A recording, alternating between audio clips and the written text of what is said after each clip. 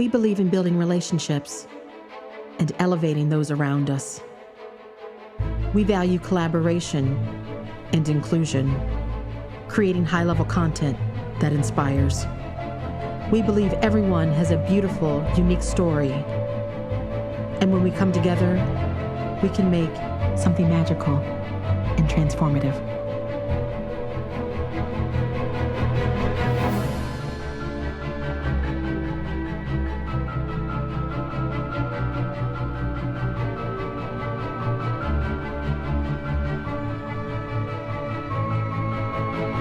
We're on a mission to advance the future of jazz, creating experiences that brings jazz music to life in a new way, preserving the art form, being attentive to every detail as we build something never seen before, because everything is about legacy.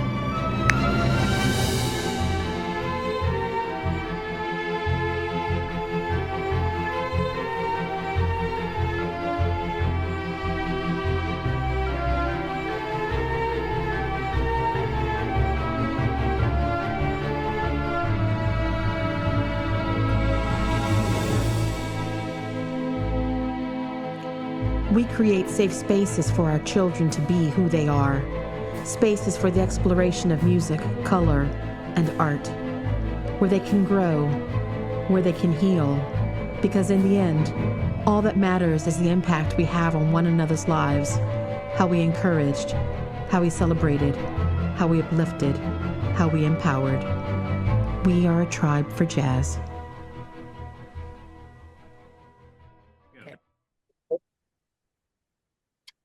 Hello, everyone. This is Ed Breniger, and this is the Eddie Network podcast, and I am so pleased to introduce to you Stephanie Matthews.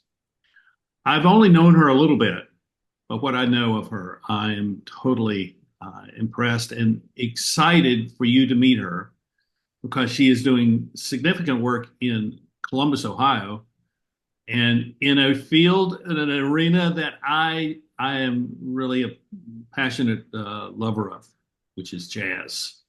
Welcome, Stephanie. Tell us about who you are a little bit, and more importantly, what you're doing there in Columbus in your work. Sure. Absolutely. First, Ed, thank you so much for having me. I really appreciate you. And I just love the friendship we've developed. It's an honor to be on the show. So as you said, I'm here in Columbus, Ohio, and I'm the executive director of a nonprofit called A Tribe for Jazz. And A Tribe for Jazz is 3 years old. We're a 501c3 nonprofit, and the mission is preserving the legacy, bless you, preserving the legacy and advancing the future of jazz through visual storytelling, live and virtual performances, education, and community engagement. And I came into this role during the pandemic, and prior to that, for the last 20 years, I've been a photographer and a creative director. And so it's been a blessing to be able to bring all of those skills in production, in creativity and storytelling over into this work about something I'm equally passionate about, which is music. I used to play back in middle school and high school, and it changed my life. Not just playing the instruments, but like being a part of an ensemble, the team building, all the collaboration, all of that really set the stage for who I am and what I'm doing in this work, because I am a natural collaborator. And I believe in empowering and helping people build themselves and getting people what they need to be their best. So that's the work I do. So my question is, your organization isn't actually about jazz, but it's about community. Yes and no. Okay, so we are a jazz nonprofit. I want to be really clear. This is a really great lead. Okay, we are a jazz nonprofit. We present high-level, nationally and internationally renowned jazz musicians. We have currently in the midst of the 2024 Columbus International Jazz Series. And we've had 13 performances. We're about to wrap up. And so, no, we are very much about the music. The music is the catalyst for building community. The music is also the catalyst for all of the educational programs we have. Not music education, but how can you use jazz the structure of it, the collaborative aspects, the improvisation, all of that to inform That's what program. I'm hearing. That's what I was hearing what you were saying. So Yeah. how do you do that? What is it? How does jazz improvisation become something that the community embraces and lives out? I mean, I think, okay, so that's a really great question. So jazz thinking is a way of being. Jazz is a way of it can be a way of living.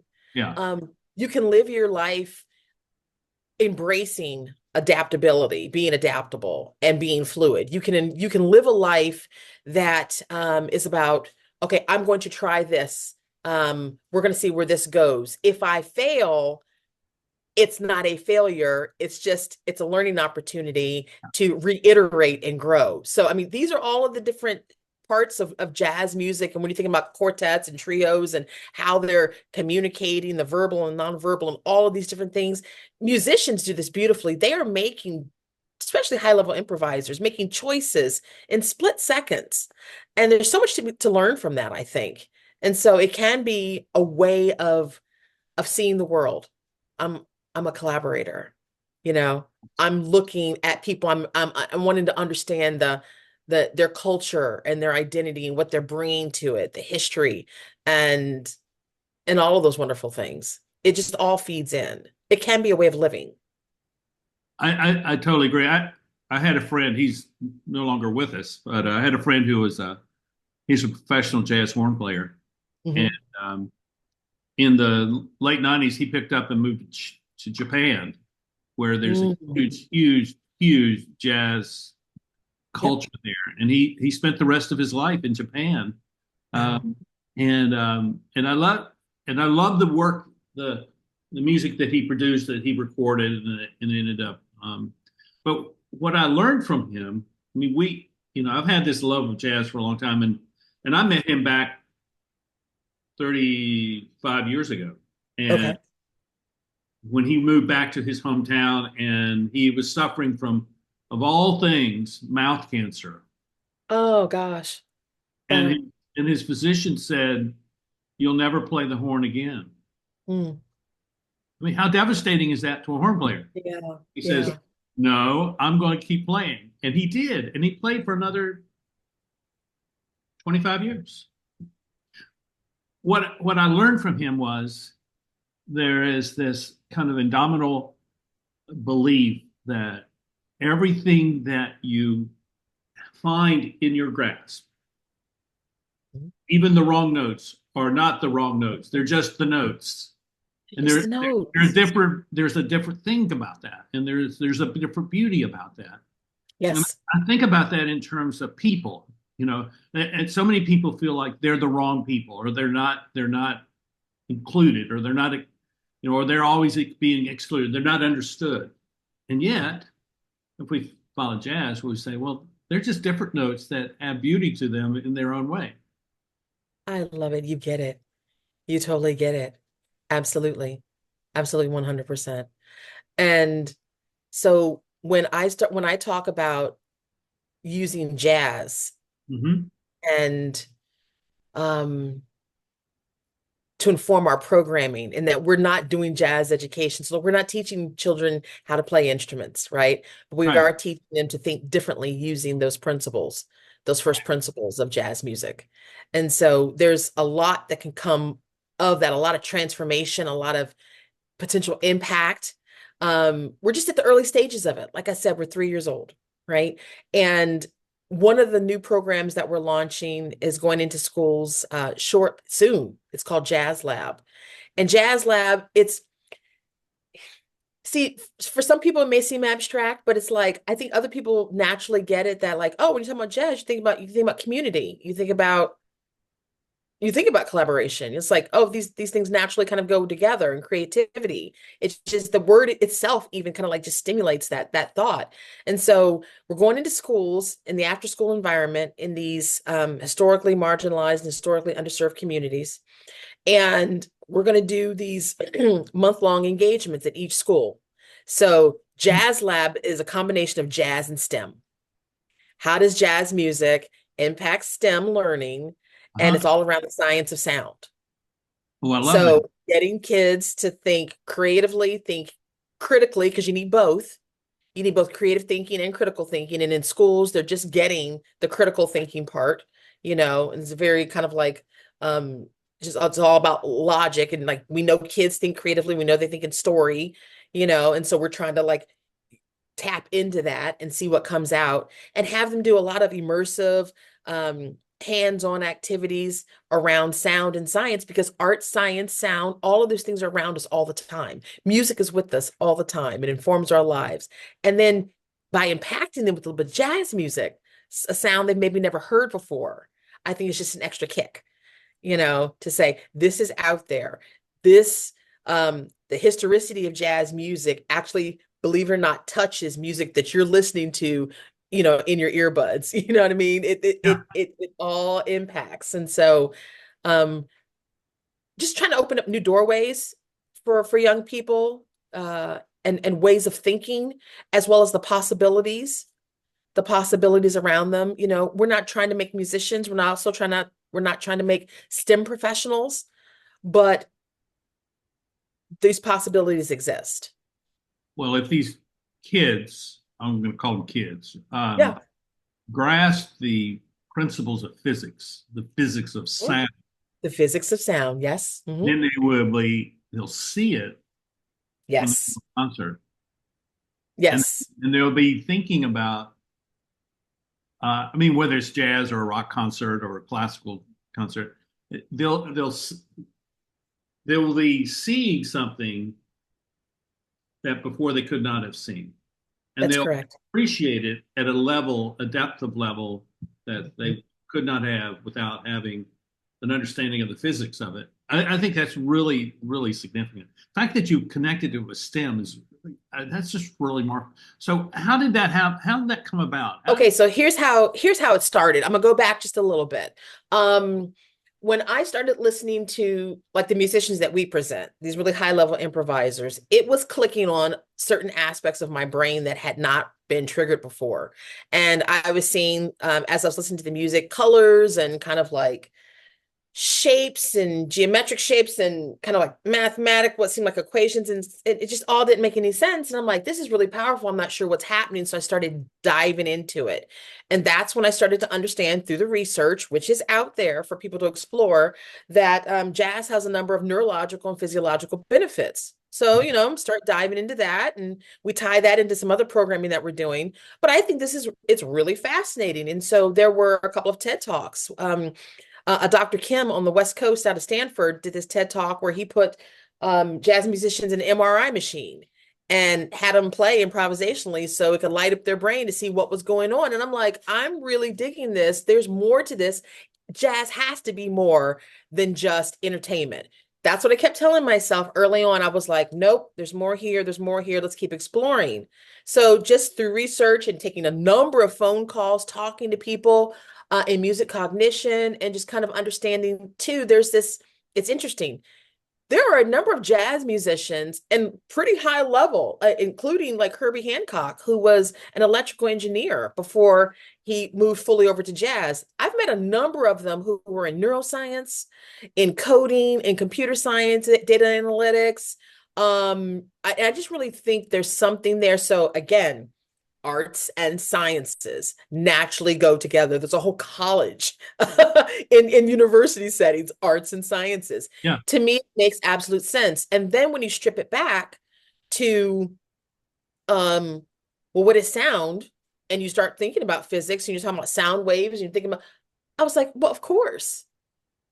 It is a natural tie. We're coming at it from a unique perspective because we want to apply the jazz thinking, and when I say jazz thinking, it's the idea that you're embracing the adaptability, the improvisation, that you're the collaboration, and the failing quickly and iterating and moving forward.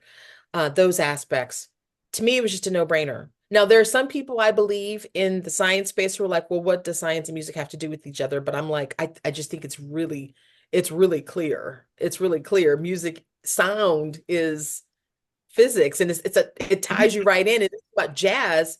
I mean, I don't know about you, but I'm like, I think mathematics immediately. I'm thinking math. I mean, those the choices and just the way it all kind of, I don't know. I don't know, Ed. But anyway, so to tie that up, let me just say this. It's become my mission to have, so Jazz Lab is bigger than this pilot program that we're launching. This is the first piece of a bigger story. Jazz Lab is workshops. Jazz Lab is permanent and temporary exhibits in cultural art spaces, in science museum spaces. I just think it is the perfect way to reach a larger group of people who may stray from coming into science museum spaces for whatever reason, because music is universal. Everyone is connected to music. And I want to help people experience their understanding of music in different ways, in tactile ways, and those are things we're introducing in our program. And when I say that, I mean like exploring instruments, but not just touching the instruments. I'm talking about deconstruction. So like, I love piano, right? But I'm like, one of our partners, Grace Piano, I'm like, let's pull the action out of the piano. Let's deconstruct the whole thing. And we're going to bring it into the lab space and have kids fiddle with it and understand some of the engineering. I mean, I'm hands-on like that. That's the way my mind thinks. And I think a lot of children need those opportunities because the current school model, public school model is, it's just there's not a lot of immersiveness, so I want to be able to bring those opportunities. Okay. I said a lot. I'm sorry. You've only scratched the surface. The immensity, the impactfulness of this may be beyond what you even know.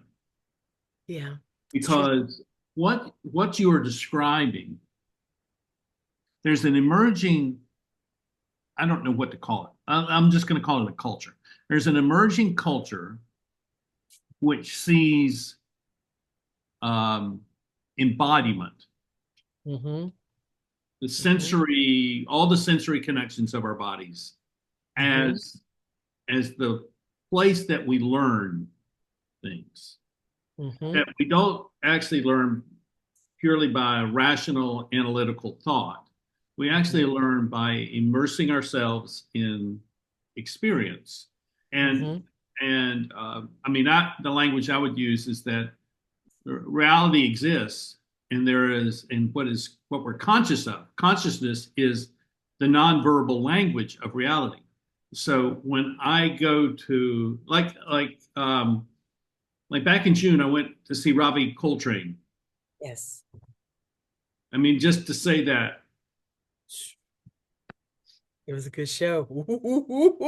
I see your face. It wasn't just the show. It was the intergenerational nature of his presentation of his mother's work and his father's work and his. But it was also the fact that he had embodied something which his father had created. Yes. Which is this wildly eccentric spiritual expression through music. Yes. And if you tried to analyze it, tried to make sense of it, in an analytical way, you'd never do it. You'd just say, well, this is chaos. This is random. This is not. But if you allow yourself to allow the music to flow through you and in you, and then all of a sudden you begin to realize there's something here that's not articulated by language. Yes. Something deep is something deeper. And what I'm hearing you say is that this is the experience you're offering to these kids. They're going to embody something. They're going to embody a knowledge about jazz, which is not primarily analytical, but it's more sensory. This is a different way of knowing the world. That's a great way to say it. That's perfect. Yes. Yes, that's You perfect. know, if you listen to it enough, then all of a sudden you begin to feel that there's this life out there that we cannot grasp in the normal way. And maybe another way of saying it, there is a life out there that we cannot control, but we can be in relationship to. Yes, that's good. That's good.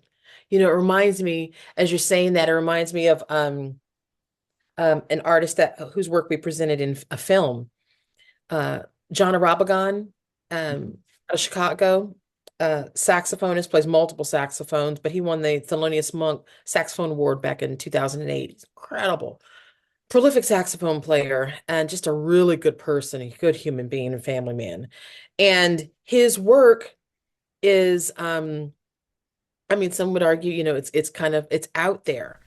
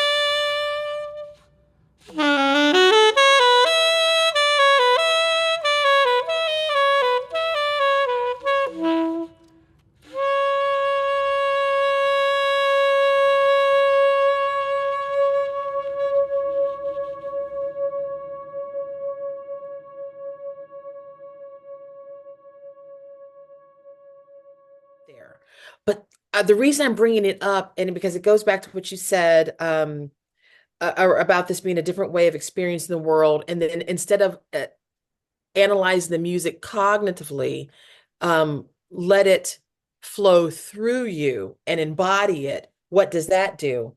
Um, when we shot his film, that it was our first project that we did as an organization. It was during the pandemic. It was called Legacy Jon Irabagon, a solo tenor odyssey, and it was 7 original compositions. We shot it in a black box theater.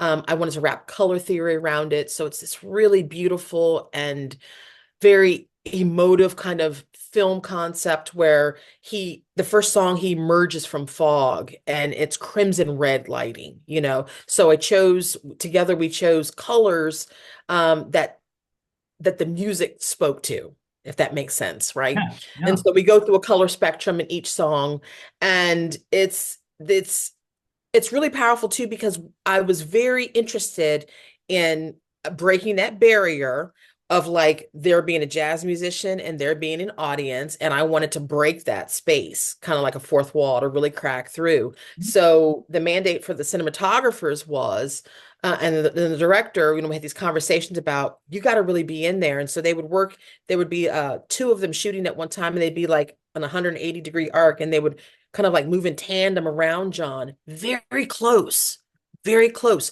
So, I mean, you're seeing his embouchure, you're seeing his fingers, you're seeing the texture and markings on the saxophone.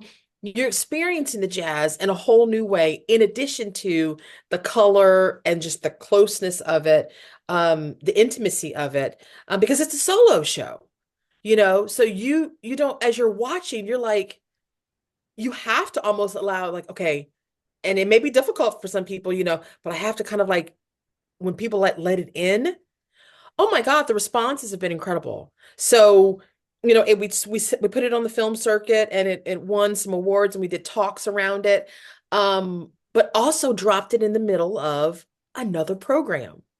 So divinely, I was sitting, this was again during the pandemic, and the kids had just got back to in-person, learning. And I was talking to administrators and teachers about, the effects of COVID and what was going on.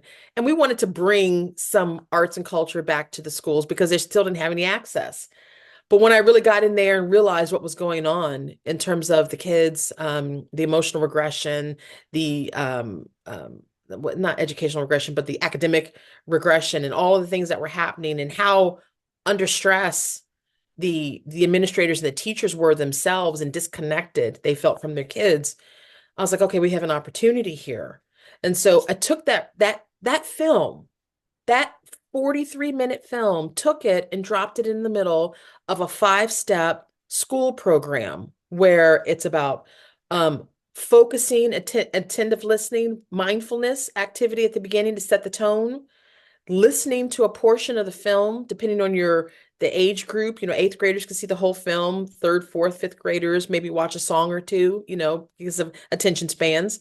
And then they would do collaborative art, where now you've embodied the music, right? But now I want you to listen to it only in the background and create art and talk, or not, with one another as you're working, and what comes out of that. Then exhibition, and then a discussion. Totally blew me away. The impact totally blew me away. It was interesting though, because there was so much unlocking of emotions, with the music in combination with the art. Traumas did come up for some students. And so teachers had to take one-on-ones, and we needed to wrap additional counseling and social supports around the program. But there were a lot of impacts. We touched several hundred children. It was really incredible. And there was a story, if I have a second to tell you, Ed, there was one story, I got to share this. So there was a young man at an elementary school on the west side of Columbus, and the west side of Columbus is a very distressed area, right? And we're in their instrumental music class, 8th grade, and we're presenting this exploration program and so they had already gone through the first parts where the mindfulness, and they had watched the film, and now this was the day where they were coming back, and they were going to listen and then create art collaboratively. And we did a documentary around this too. I have to send it to you. And so there was a young man who I had observed, who was always quiet.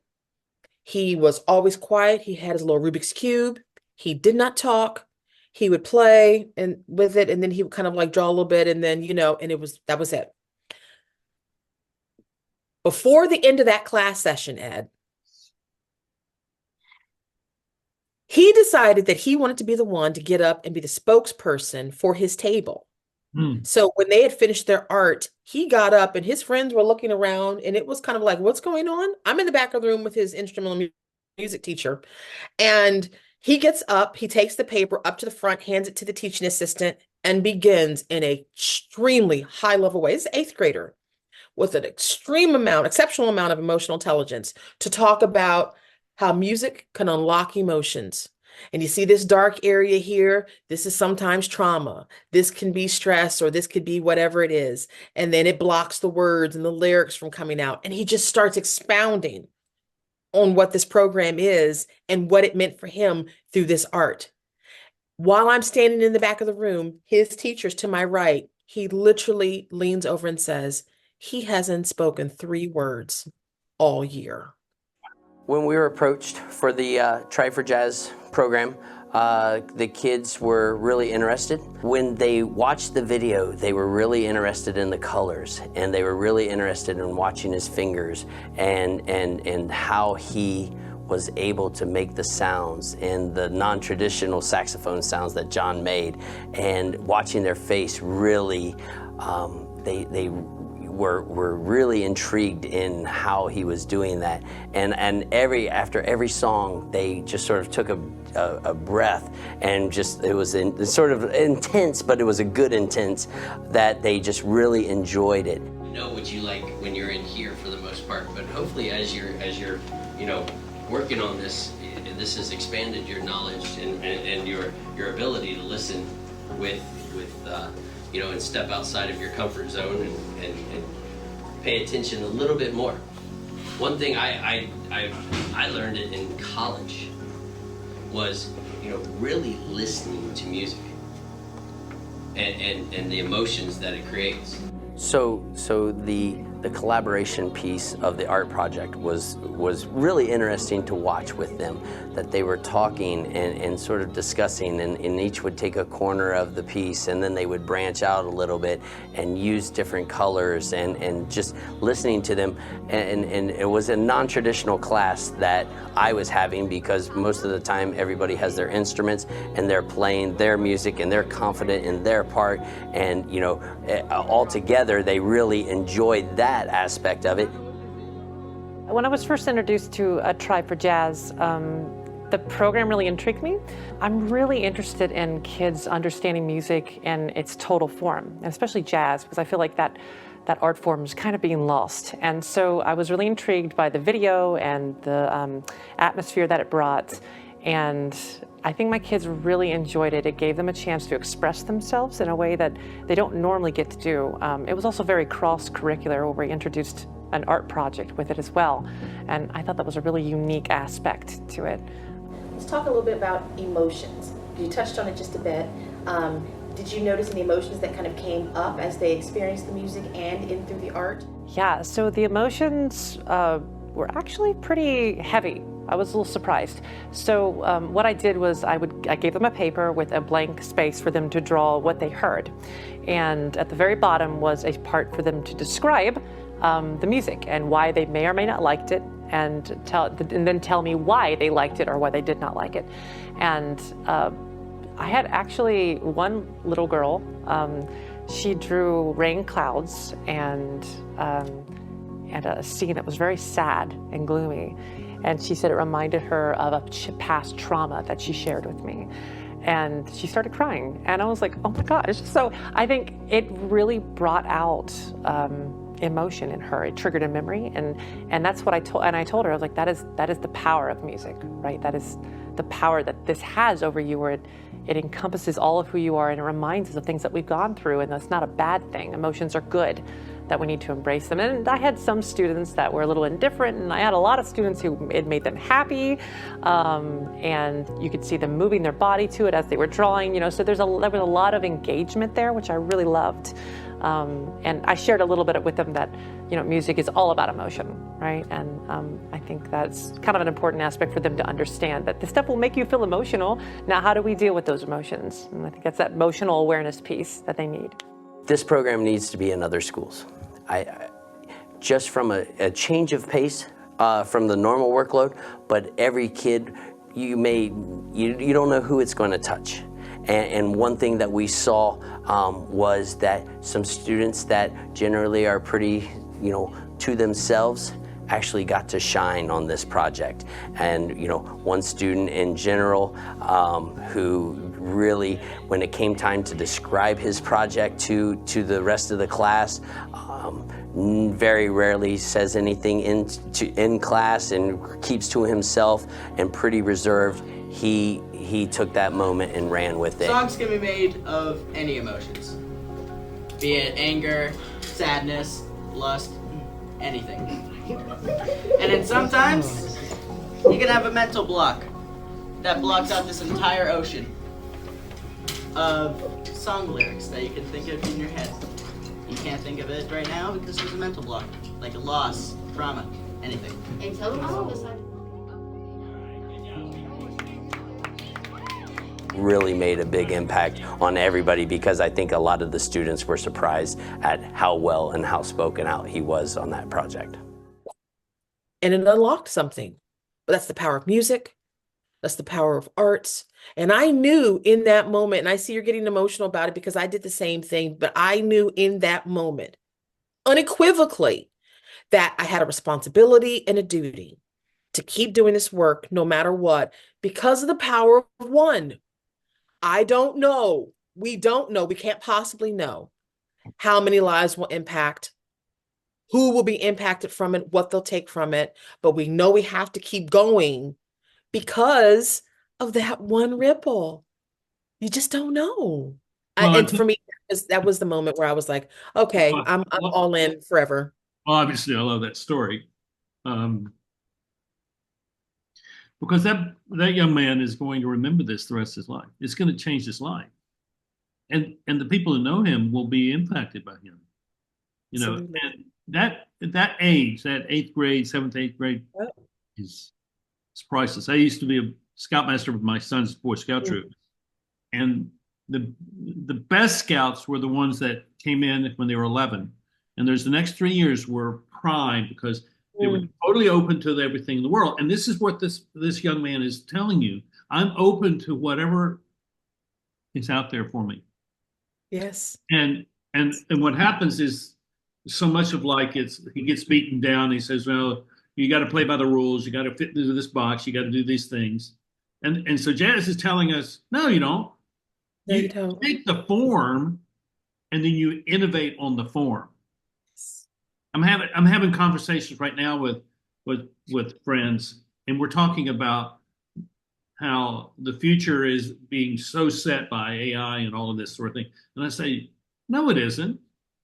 It's about to break out, because what AI is doing is squeezing out people, and the people are going to have to do something. And what are the people going to do? They're going to have to innovate. They're going to have to say, okay, I don't know what I'm going to do. I'm going to go begin a journey of discovery. Yes. I don't know. I'm going to be surprised. And I'm about ready to post something about this. And when we're done, I've got to edit, and then I'm going to post. And what I saw, if we go back to the history of jazz, Yes.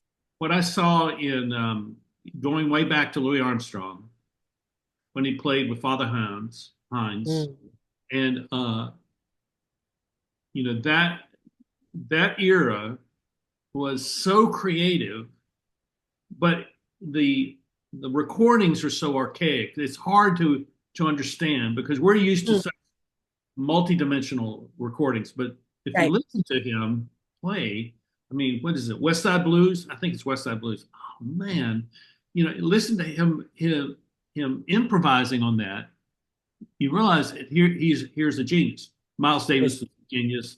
John Coltrane was a genius. Herbie Hancock was a genius. They were geniuses, but they never saw themselves as geniuses. They were under an obligation to take themselves into something that they didn't know, and to expand it. So let me ask you this, because if you are, I mean, the first stage is putting people into an environment where jazz can have an effect upon them. Yes. They see that there's an openness, and they can be creative, and they see that. The second kind of level is, how do I take these principles and live with them in the midst of the chaos of life? So how, and I'm really drawing upon my conversations with Mark McGrath, who who introduced us. That's my guy. Now we're constantly having to reorient. That's his language, John Boyd's language. Reorient. Yep. And change in the moment so that we are at our best in every single moment. So can you talk a little bit about how you see jazz as kind of a vehicle for helping us be adaptive and agile in the way we operate in life? Is that yes. A topic of conversation that you have with people? If not, yeah, it's developing. It's developing. In all fairness, that conversation is developing. We're working towards some partnerships with innovation firms, and all right. Yeah, so I mean, it's we're forging the language. How about that? We're literally finding the language to make those connections between jazz and business, and how that translates and can make an impact, or in the innovation space, to foster greater creativity. Indeed. And to your point about the musicians feeding off of the audience, and that transfer of energy is, of course, both ways. I was just having that conversation a couple of weeks ago with one of the groups that we had in, and I think I was talking to, speaking of Japanese jazz, so we had Miki Yamanaka in jazz. She's a pianist. So speaking about so I was talking about did they feel the energy from the audience? And Miki was so incredibly personable, and so much humor and dialogue with the audience. And I got calls for days after the show talking about what showmanship, what just, and just on fire, on the piano. And she was like, we're feeding off of the audience, and the audience feeds off of them. And it's like, to your point, it's just so incredible, so impactful. And I love that. That's the part where I know, like, okay, we're on the right path. When I get text messages days and days after we have a live performance, and people are like, okay, yes, well, that show transformed me. Translate what you just described to an office. Everyone in that office is performing. They're feeding off the energy of everyone else in the office. Yes. And so the trick is, how do I perform at my best? And usually they don't, because there's an expectation that they don't. Because if they do, then they're trying to be better than everyone. When what they're really are trying to do is be their best self. Be their best selves. Yeah. Yeah. That's what a performer does, is tries to be their very best self in front of an audience that they don't know, and yet they want to bring into a relationship with them where they get to share that. I mean, this is what we do, what we're doing right now. It's I want you to be your very best self, because I want to share in the beauty of what you have learned and what you're creating there in Columbus. I think what you're doing is really significant. I think it's I've had a lot of experience with in education, in dealing with education groups that want to go fix, the education system. But they tend to just take the same old thing and try to improve it. Yes. What they really need to do is take something new and see how it can be treated in an improvisational way, as a way to engage people in discovering something. Yes. Yes. That's our model. I think it also helps too that I'm so far on the outside of the space. I can look at it with a different um I don't know, level of clarity. I can just see the Yeah, gaps. yeah, I'll say I can see the gaps because I'm not in it. I'm not in the educational environment like that. I'm not an educator, um, per se, studied in that. But I see it, and for me, it's like, oh yeah, that's the move, that's the opening. Well, but of course, a program like this, could live in the environment, and here's the reasons why. Of course, and I'm like, let's try. Let's try some different things. It can be risky. But I think we have to embrace that risk. There's too much at stake in terms of these young people in their lives and what's coming for them in the future yeah. for us not to do almost everything we can, everything we can rather to um, break through, and make a difference. And what you just told us is that you have not personalized this as being about you, Uh, oh yeah, no, it's which other people, definitely particularly not. in Yeah. cultural event, that whether it's a music group, a music club, or a drama, whatever, we've seen the founders become so obsessed by their vision being realized. It's all about them, and it doesn't have a way for people to join and to To bring join. their contribution to other than the money. Absolutely. Absolutely. But when you approach it like jazz, Right. You, you're making room, you're you making got to live space. it. You got to live it. You have to live it. And that's something I am actively working towards every day of my life. Truly, truly, truly. Yeah. So the last question I have is what you're doing there in Columbus something that could be replicated in other places? 100%. Yes. Yes. We see we see our work. We see our work, our educational programming, as a national model. And that's the plan. It's starting here when we're going to spread out statewide. And then I can see it going from here to the West Coast. Jazz Lab is scalable and it can be replicated. And that's my plan. That's my plan. That and our exploration program, both are national models. Mhm.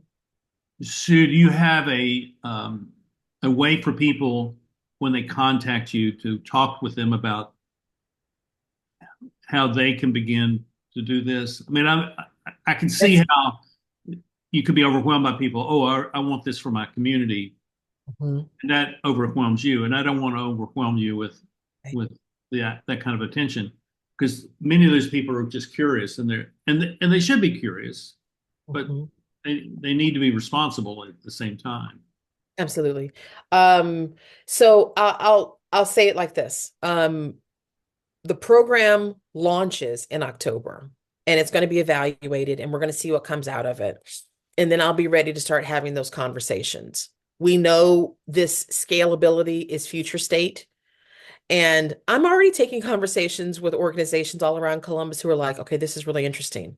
Other school districts outside of Columbus City Schools who are like, okay, that's interesting. That could come here, that could come here. And it's a matter of capacity on our part, being a very small nonprofit, a staff of, it's me and Bruce and maybe some volunteers and things like that, contractors we bring on.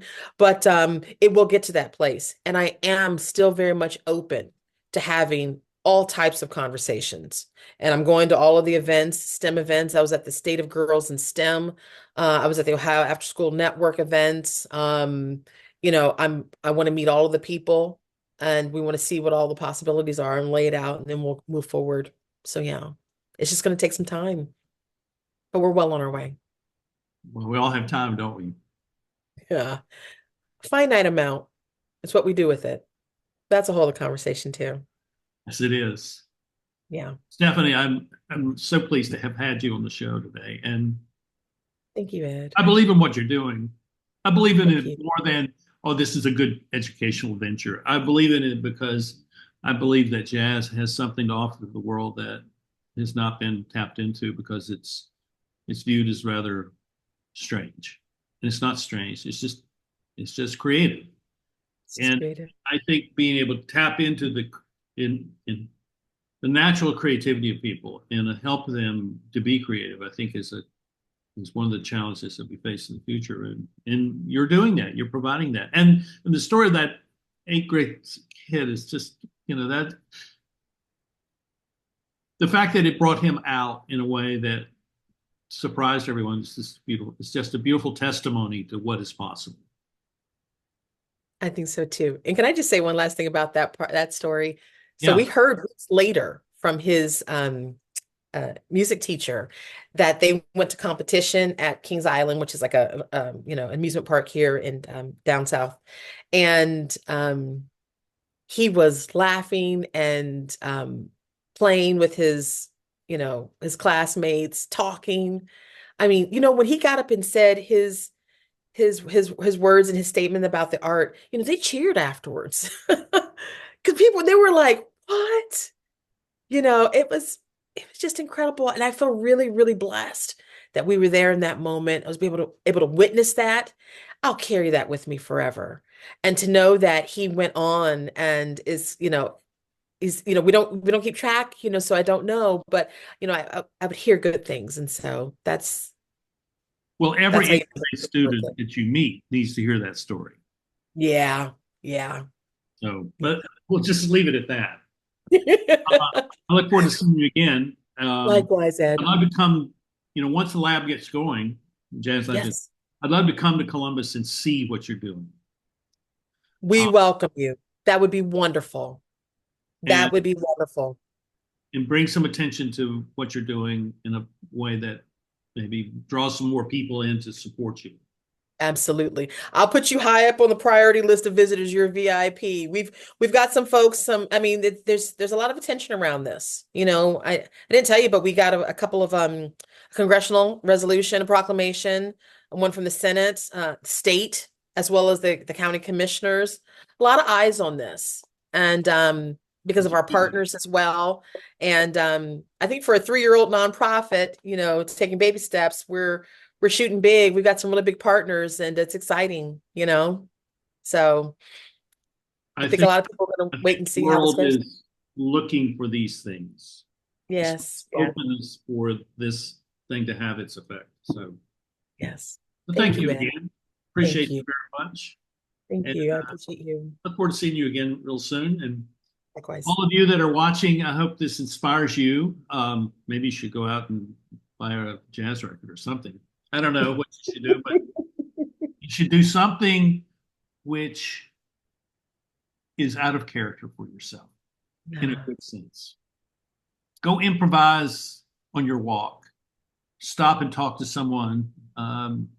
Take a picture of a flower. I don't know what you do, but do something that's different than what you normally do and try to create a story around that or why you did it.